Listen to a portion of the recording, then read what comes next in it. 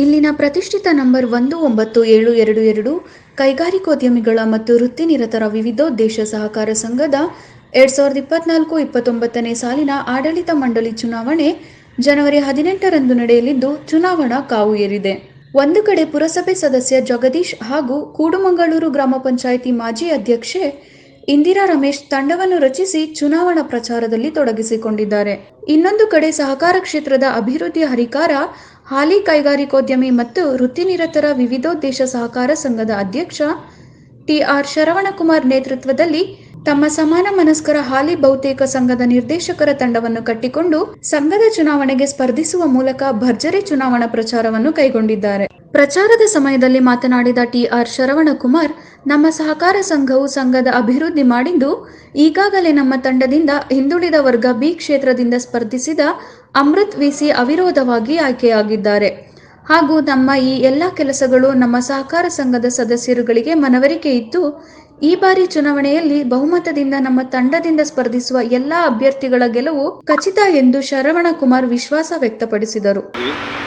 ಈ ಸಹಕಾರ ಸಂಘವನ್ನು 2004ರಲ್ಲಿ ನಮ್ಮ ಈ ಒಂದು ಟೀಮ್ ಇದೆ, ಇದರಲ್ಲಿರುವಂಥ ಒಂದು ಎಲ್ಲ ನಿರ್ದೇಶಕರು ಸೇರಿ ಕಟ್ಟಿದ್ವಿ. ಹೊಸದಾಗಿ ಒಂದು 4 ಜನ ಸೇರಿಕೊಂಡಿದ್ದಾರೆ ಅಷ್ಟೇ.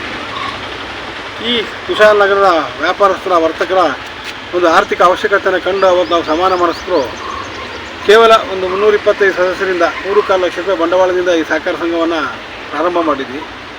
ಈ ಒಂದು ಸಣ್ಣ 20 ವರ್ಷ ಅನ್ನೋದು ಒಂದು ಸಣ್ಣ ಸಮಯ ಅದ ಅವಕಾಶ, ಇದರಲ್ಲಿ ಕಾಲ ಮಿತಿಯಲ್ಲಿ ನಮ್ಮ ಸಹಕಾರ ಸಂಘ ಒಂದು ದೊಡ್ಡ ಬೃಹತ್ ಮಟ್ಟಕ್ಕೆ ಬೆಳೆದಿದೆ.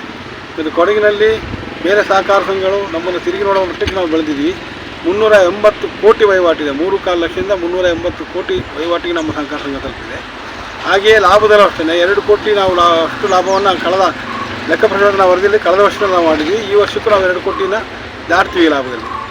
ಬಹುಶಃ ಸದಸ್ಯರಿಗೆ ಅವಶ್ಯಕತೆ ಇರುವಂಥ ಸಾಲಗಳನ್ನ ಕಡಿಮೆ ಬಡ್ಡಿ ದರದಲ್ಲಿ ಕೊಟ್ಕೊಂಡು ಅವರ ಅನುಕೂಲತೆಗಳನ್ನ ಪೂರೈಸ್ಕೊಳ್ತಾ ಸಮಾಜದಲ್ಲಿ ಬೇರೆ ಬೇರೆ ಕಾರ್ಯಗಳನ್ನ ನಾವು ಮಾಡ್ಕೊಂಡು ಬಂದಿದ್ವಿ. ಕೋವಿಡ್ ಇದ್ದಾಗ ಸದಸ್ಯರಿಗಾಗಲಿ ಸಮಾಜಕ್ಕಾಗಲಿ ನಾವು ಬೇರೆ ಬೇರೆ ಕಾರ್ಯಕ್ರಮಗಳನ್ನ ಕೊಟ್ಟಿದ್ದೀವಿ.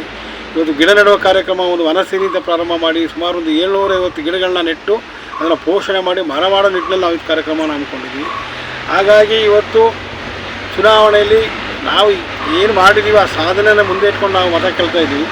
ಬಹುಶಃ 25,000 ಸಾಲ ಕೊಡ್ತಾಯಿದ್ದೀವಿ ಒಬ್ಬ ಸದಸ್ಯರಿಗೆ. ಅದು ಇವತ್ತು 2 ಕೋಟಿ ಒಬ್ಬ ಸದಸ್ಯರಿಗೆ ಸಾಲ ಕೊಡ್ತೀವಿ ಅಂತಂದರೆ ಕೊಡಗಿನಲ್ಲಿ ಯಾವ ಸಹಕಾರ ಸಂಸ್ಥೆನೂ 2 ಕೋಟಿಯಷ್ಟು ಸಾಲವನ್ನು ಕೊಡೋಷ್ಟು ಮಟ್ಟಕ್ಕೆ ಇಲ್ಲ. ಆ ವಿಚಾರದಲ್ಲೂ ನಾವು ತುಂಬ ಮುಂದೆ ಇದ್ದೀವಿ. ಹಾಗಾಗಿ ಎಲ್ಲ ಇದನ್ನ ಇಟ್ಕೊಂಡು ನಮ್ಮ ಸದಸ್ಯ ಮತದಾರರು ನಮ್ಮ ಗುಂಪಿಗೆ ಮತ ಕೊಡಬೇಕು ಅಂತ ನಾನು ಕೇಳ್ಕೊಳ್ತೀನಿ.